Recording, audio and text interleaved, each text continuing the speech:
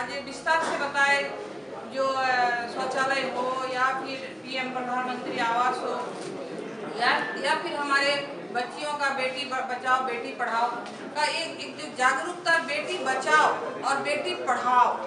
बेटी को हम लोग समाज में क्या करते हैं कि अरे बेटी हो गया है, बेटी और बेटा में हम लोग अंतर देखते हैं कि ये बेटी हो गया तो क्या हुआ, हमें दहेज दे के इन्हें विदा करना है, शादी दे के इन्हें भेजना है, दहेज के रूप में बेटी को हम लोग देखते हैं। और फिर क्या होता है कि हम जब हमारी माँ बनने के गर्भ में जब देखते हैं कि बेटी है, सबसे पहले तो ये जांच कराना भी तो एक कानूनी अपराध है कि हमारे गर्भ में बेटा है या बेटी है। अगर हम देखते हैं कि बेटी है तो हमें उसे भ्रूण हत्या करके हम बेटी को वहीं मतलब मार देते हैं। तो ये माननीय प्रधानमंत्री जी बोल रहे हैं बेटी बचाओ, पहले हमको बेटी को बचाना है।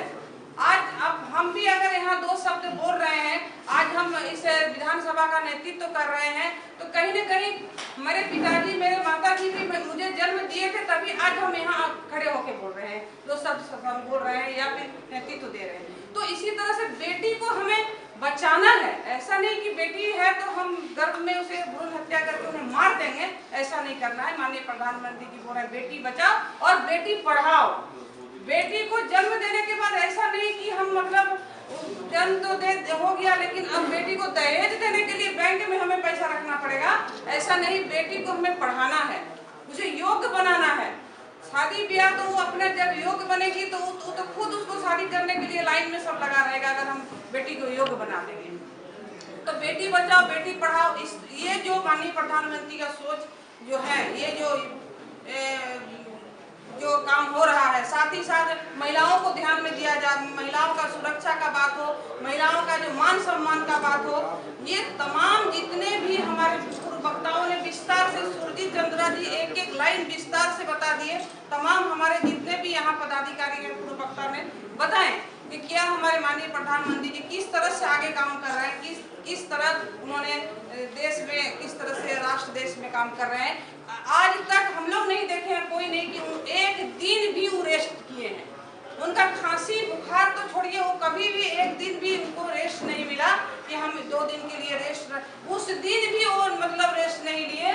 उस दिन भी उनका हम लोग देखे जिस दिन उनका माता जी का जो देहांत हो गया, माता जी का जो इस तरह से हो गया, उस दिन भी हम लोग नहीं देखे, क्योंकि पुत्र होने के नाते माता का जो एक कर्तव्य होता है, कंधा देना या जो भी, वो सब कुछ करते हुए और फिर अपना कर्म भूमि में निकल गए, अपना काम में निकल गए। इससे बहुत बड़ा शिक्षा मिलता है कि हमारा घर परिवार तो है, हमारे माँ है, हमारे पिताजी है, हमारा बेटा है, हमारा बेटी है, इससे बड़ा हमारा ये जनता, हमारा परिवार है।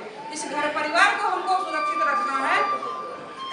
इस घर परिवार को जो हम बोले हैं, जो हम वादा किए हैं, उसको पूरा करना है। तो ये तमाम ये बात जितने भी हैं, अगर उनके विषय में, माननीय प्रधानमंत्री जी के विषय में 9 साल में जो काम हुआ है, बोलने से तो शाम हो जाएगा और सूर्य के सामने दिया जलाने का काम होगा। तो इतना बहुत सारा विकास हमारे निरसा विधानसभा में, चाहे देखिए अभी कुमारडुबी का जो रेलवे ओवरब्रिज जो है, बरसों से पड़ा हुआ था, बहुत लंबा चौड़ा सा भाषण दे रहा था। इस बार 2019 में जब विधानसभा चुनाव हो रहा था, उस समय हम लोग भारतीय जनता पार्टी, हम लोग घर घर जाके एक ही रिक्वेस्ट किए थे कि इस बार निरसा विधानसभा में कमल खिलाइए। हम लोग वादा करते हैं कि रेलवे ओवरब्रिज देख रहे हैं कि माननीय प्रधानमंत्री जी का सोच किस तरह से रेलवे ओवरब्रिज को बनके तैयार जनता को, क्योंकि आए दिन वहाँ किस तरह से जाम लगता था, आए दिन कितना वहाँ असुविधा होता था, ये हम लोग देखते थे कि बंगाल और झारखंड और सब जगह जाने का कितना दिक्कत होता था। आज अभी सुरजीत जी जो बोले, कुमारडुबी जो रेलवे स्टेशन सुसज्जित हो रहा है, ये भी माननीय प्रधानमंत्री जी का सोच देखिए, वहाँ से लेकर हमारा निरसा विधानसभा में है और कुमारडुबी का ओवरब्रिज को भी सुसज्जित कर रहे हैं। हमारे जो विधायक फंड का जो काम हो रहा है, चाहे डीएमएफटी का फंड हो रहा है, विधायक फंड का हो रहा है, विधानसभा क्वेश्चन करके जो हम काम कर रहे हैं, ये आप लोग के सामने है, क्योंकि हमारे स्थानीय पत्रकार आप लोग साथी लोग हैं। इसमें आप लोग आए दिन देख रहे हैं हम लोग क्या काम कर रहे हैं। इसलिए हमें तमाम आए हुए तमाम हमारे पत्रकार साथी बंधु को हम बहुत बहुत धन्यवाद देंगे कि आप लोगों ने विस्तार से, हम लोग देखते हैं कि जहां हम लोग पहुंच पाते हैं, जहां हम लोग समझ नहीं आता है कि हम लोग कैसे काम करेंगे, कहां जाएंगे। कहीं घटना घटता है, कहीं रोड खराब है, कहीं कहीं कुछ है, पानी का दिक्कत है। आप लोग बहुत अच्छा से उसको हम लोग के सामने लाते हैं और हम लोग को वहां तक पहुंचाने का काम करते हैं। इसलिए आप लोगों को बहुत बहुत कोटि और मेरे विपरीत विचारधारा को वो चीज खराब लगेगा, तो मैं विपरीत विचारधारा से तर्क नहीं करने जाऊंगा। मैं मोदी जी के बारे में जो लॉजिकली बात होगा, जो उन्होंने किया गरीब कल्याण के लिए, जो समाज के लिए, जो देश के लिए, उन बातों को मैं कैसे सोशल मीडिया में और मीडिया में रखूं, यही हम लोग का लक्ष्य रहेगा। और इसलिए मैं आपको करना एक उदाहरण देना चाहता हूं। मान लीजिए बाजार में कोई सब्जी बेच रहा है, तो एक पटल बेच रहा है एक आदमी 40 रुपया किलो, उसी का बगल में कोई 60 रुपया किलो पटल बेच रहा है। तो अगर हम बोलते वो पटल वाला जो कीमती पटल वाला है, वो जिसका दाम कम है, उसको कभी अपमान नहीं करता है, उसका कम दाम वाला है, खराब है नहीं बोलता है। अगर बार बार खराब बोलेगा तो आदमी उसी को दोषेगा। उसके वजह से वो क्या, उसके बदलत क्या करता वो बोलता कि मेरा पटल 60 रुपया तो क्यों है। उसी तरह हम लोग बोलेंगे अगर मोदी जी सर्वश्रेष्ठ है, ग्लोबल लीडर है, तो क्यों है। उसके लिए तार्किक हम लोग को उनके युक्ति देना होगा कि क्यों है मोदी जी ग्लोबल लीडर। तो इसलिए उसको कहना होगा कि मेरा जो सब्जी है इसलिए दाम है क्योंकि हो सकता है ऑर्गेनिक फार्मिंग से आया है, मैं ऑर्गेनिक फार्मिंग वाला है और वो यूरिया खाद देके, आर्टिफिशियल खाद देके बनाया गया है, इससे आपका नुकसान कम होगा। तो इस तरह का तर्क हम लोग देंगे। मोदी जी ने 9 साल में क्या रखा है देश के सामने, देश को उससे क्या लाभ हुआ है, उसको हम लोग रखेंगे। उसका कुछ विषय वस्तु आप लोग के सामने आज पेश करेंगे, जो आप लोग मीडिया में या सोशल मीडिया में चला के जनता को जागरूक कर सकते हैं। हम लोग वही बात बोलेंगे जिसका लॉजिक से बात होगा, जिसका आपको मीडिया में या गूगल में मिले। उस गैस से जो बीमारी फैलती थी, उसको बचाने के लिए मोदी जी का जो उज्ज्वला योजना था, जैसे धुआं हटा सेहत सुधरी, धुआं हटा सेहत सुधरी, कठिनाई घटी वक्त बचा, धुआं हटा सेहत सुधरी, कठिनाई घटी वक्त बचा। 9.6 करोड़ परिवारों को मुफ्त गैस कनेक्शन मोदी जी ने दिलवाया। 9.6 करोड़। महामारी में 80 करोड़ लोगों को मुफ्त राशन, जो आप लोग देखे होंगे, महामारी में 80 करोड़ लोगों को मुफ्त राशन। पूरे यूरोप की जितनी जनसंख्या है उससे अधिक लोगों का सहायता सिर्फ हमारे भारतवर्ष में किया, बहुत बड़ी उपलब्धि है। विश्व का सबसे बड़ा स्वास्थ्य सेवा जो आयुष्मान कार्ड आप लोग जानते हैं, इसमें कितने गरीबों का प्राण बचा, जो असहाय होकर बिना पैसा के, बिना इलाज के मर जाते थे, ऐसे लोगों का इलाज कोई जुनून का बात करके सोशल मीडिया में पोस्ट नहीं करेंगे। और उसी कार्यक्रम में मोदी जी 9 साल में क्या क्या डेवलप किया, बहुत सारे काम है, उतना बोलना संभव नहीं, लेकिन मैं कुछ कामों को आपके सामने रखने का कोशिश करूंगा, और यही हम लोग का सोशल मीडिया की जिम्मेदारी भी होती है। साथियों, पीएम मोदी जी का सबसे बड़ा जो लक्ष्य है कि मिशन पाई से गरीब की भलाई, मतलब छोटा छोटा काम करेंगे लेकिन गरीब का भलाई होगा। हमको नहीं अरबों का काम करके गरीब का भलाई किया जा सकता, ऐसा नहीं हो सकता। अगर 12,000 का शौचालय से भी गरीब का भला हो सकता है, और 1 रुपया का सैनिटरी पैड देके भी महिला का भलाई हो सकता है। ऐसे छोटे छोटे कामों ने काम करके गरीब कल्याण के विषय में मोदी जी ने ये जागरूक किया कि अगर दृढ़ संकल्प रहे और इच्छा शक्ति अच्छा रहे तो हम लोग छोटा छोटा योगदान देके भी समाज में बड़ा लाभ दे सकते हैं। तो पहला काम ये आप लोग का है कि मोदी जी ने कहा कि बिना भेदभाव तेज स्वदेशी पे मोदी जी ने ज्यादा ध्यान दिया। विश्व का सबसे बड़ा टीकाकरण अभियान, जो आपने देखा होगा पिछले दिन कोविड के दिनों में, विश्व का सबसे टीकाकरण अभियान मोदी जी के कार्यकाल में हुआ, और किस तरह से वो सफल हुआ और कितने आदमियों को प्राण उन्होंने बचाया, ये बहुत बड़ा मिसाल है। लगभग 220 करोड़ वैक्सीन मुफ्त में मोदी जी ने दिया।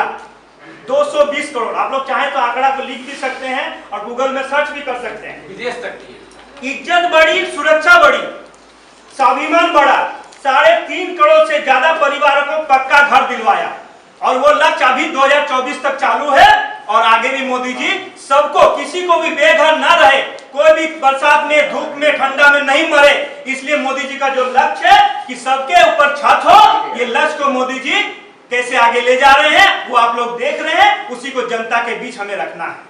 साथियों, बेटियां अब नहीं छोड़ती पढ़ाई, पाई से गरीब की भलाई। आपने देखा होगा मोदी जी का स्लोगन बेटी बचाओ बेटी पढ़ाओ, है ना।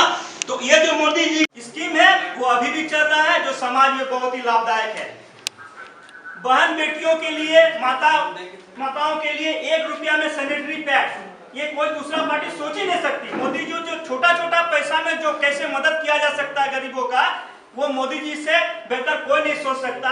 1 रुपया में सैनिटरी पैड उपलब्ध कराना, 9,300 प्लस, मतलब 9,000 तक, और ये काम निरंतर चल रहा है। खाद का कीमत को बढ़ने नहीं दिया गया, किसानों के लिए लाभदायक यही है। खाद की कीमत को बढ़ी नहीं, पर्याप्त मात्रा में मिल रही, वो भी समय पर।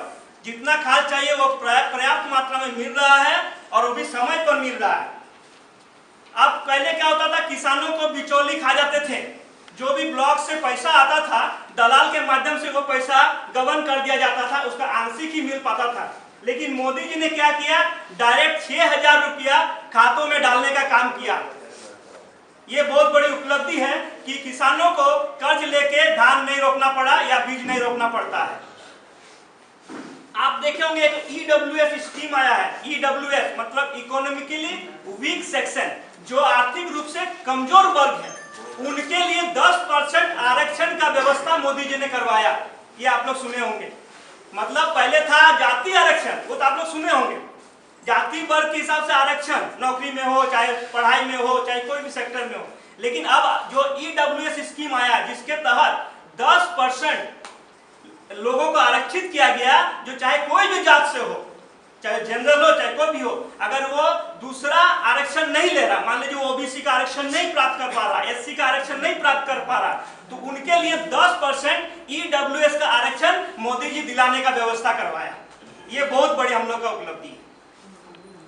क्योंकि हमेशा क्या होता है, जनरल वर्ग का आदमी सोचता कि आर्थिक रूप से संपन्न है, लेकिन जनरल वर्ग में भी बहुत सारे विद्यार्थी हैं जो आर्थिक रूप से संपन्न नहीं है, उनपे कोई किसी ने ध्यान नहीं दिया। हमेशा जातिवाद और वोट बैंक के चलते सिर्फ दूसरे जात को ही आरक्षण दिया। इस प्रथा को खत्म करने के लिए जनरल वर्ग को कैसे लाभ दिया जाए, इसलिए EWS स्कीम 10% आरक्षण केंद्र सरकार ने किया। ये बहुत बड़ी उपलब्धि है। 9 साल में 53,868 किलोमीटर अभी तक बन चुका है। सिर्फ 9 साल का मैं बात कर रहा हूं। वो लोग उतने साल में 91,000 बनाए, हम लोग 9 साल में 53,868 किलोमीटर नेशनल हाईवे बनाया मोदी जी, और जो निरंतर चल रहा है आप लोग के सामने है।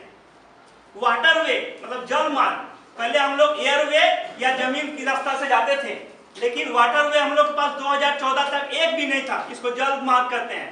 मोदी जी के आने से 111 वाटर मार्ग की खोज की गई और उसको बनाया गया, उससे अभी यातायात चल रही है।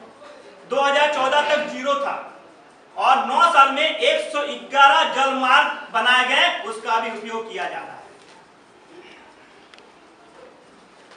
मेट्रो ट्रेन आप लोग देखे होंगे, मेट्रो ट्रेन चलती है। 2014 तक 5 शहरों में मेट्रो ट्रेन चलती थी। 2014 में इंडियन इंस्टीट्यूट ऑफ मैनेजमेंट जिसको बोलते हैं, 2014 में 13 थी। 9 साल में 7 नए IIM खुला गया। अगर खुला गया तो भारत में खुला गया लिक्विड नैनो यूरिया प्लांट, जो हमारे लिए गर्व की बात है। अब जो रेलवे स्टेशन को सौंदर्यीकरण किया जा रहा है, वो आप देखिएगा, अब जो नया रेलवे स्टेशन बनेगा वो एयरपोर्ट के टेक्निक को अपना के उसका जैसा भव्य रेलवे स्टेशन बनाया जा रहा है। बहुत ज्यादा उद्घाटन भी हो चुका है, शायद हम लोग मांडवी वाला भी उसी में पड़ता है। तो जो भी रेलवे स्टेशन है उसको एयरपोर्ट की तरह अत्याधुनिक सुविधा से लैस कैसे किया जाए, यात्री को सुविधा कैसे मिले, उसके लिए मोदी जी ने ये व्यवस्था की है कि रेलवे स्टेशन को एयरपोर्ट जैसा भव्य बनाएंगे। कश्मीर में विश्व का सबसे ऊंचा रेलवे पुल, जो आईफेल टावर से भी ऊंचा है, वो मोदी जी ने बनवाया। विश्व का सबसे ऊंचा पुल जो आईफेल टावर की ऊंचाई से भी ज्यादा है, जो मोदी जी की देन है। जब हम लोग का धनजन खाता का स्कीम आया था, सब बोलता था खाता खुलवा के क्या होगा, बोलता था ना, विपक्ष वाले हमारे कटाक्ष करते थे, खाता खुलवा दे उसमें क्या हो जाएगा। लेकिन आप जानते होंगे उनका दूरदर्शी उस टाइम जो खाता खुलवाए, उनका लाभ उनको अभी मिल रहा है। कैसे? जो भी योजना है केंद्र सरकार का डायरेक्ट खाता में आ रहा है।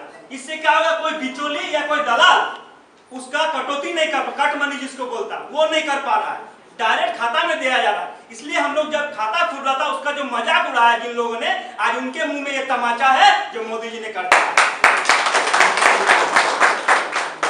ये कुछ विषय वस्तु है और आप लोगों से कहूंगा कि तर्क वितर्क नहीं करके लॉजिकली फेसबुक में किसी से कीजिए। फालतू का तर्क वितर्क नहीं है। मोदी जी के चाय दुकान में लड़ गए, वो कोई फायदा नहीं है। समाज में जाइए, शिक्षित लड़का की तरह उससे तर्क कीजिए कि मैंने ये किया, आपने क्या किया। अगर मेरा स्टूम खराब लगा था बोल दीजिए। सबसे लास्ट में यही कहूंगा कि भारत तो अगर ग्लोबल लीडर कोई बनाया तो मोदी जी है, जो हमारे लिए बहुत अभिमान की बात है। विधायिका श्रीमती अपर्णा सेनगुप्ता जी एवं सम्मानित मंच उपस्थित सभी भाजपा के साथीगण, मीडिया के सभी बंधु, जैसे कि आज सोशल मीडिया और मीडिया के बारे में इस बैठक को रखा गया है, इसमें हम लोगों को भाजपा की तरफ से और देश के प्रधानमंत्री जो हमारे आज 9 साल से कार्यक्रम को चला रहे हैं, जन जन तक अपना योजना को पहुंचा रहे हैं, इस विषय पर तो हमारे सोशल मीडिया के जिला के सोशल मीडिया पर हमारे सुरजीत जी ने बता ही दिए हैं। इसके अलावा जो है हमारे और मंचासीन हैं वो लोग बताएंगे। बस इतना ही कहकर के मैं अपनी वाणी को विराम देता हूं।